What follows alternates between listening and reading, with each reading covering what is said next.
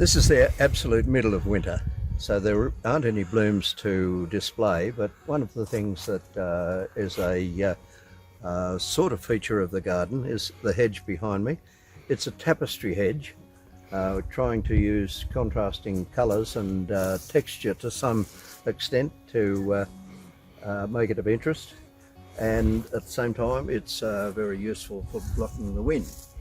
One thing about the top of the divide is we get plenty of wind. Crookwell was the site of the first commercial wind farm in Australia, and it was built here for a good reason. The area we're in now was a tennis court at one stage, so it's perfectly flat and it was roughly rectangular. And it sounds awfully pretentious, but when I was planning the garden for here, the model I had in mind was the Rose Garden at Warwick Castle in England. So I've miniaturised it and colonialised it, and it is a formal shape, and I still find it pleasing, and I think it works well with roses.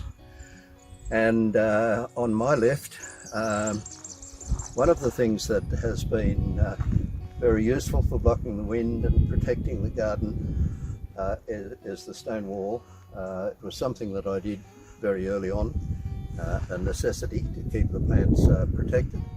And one of the blessings of Crookwell is that it has a never-ending supply of basalt stone. The tree behind me is a blue spruce, variety is Fat Albert, and it was given to my late wife by two of our daughters.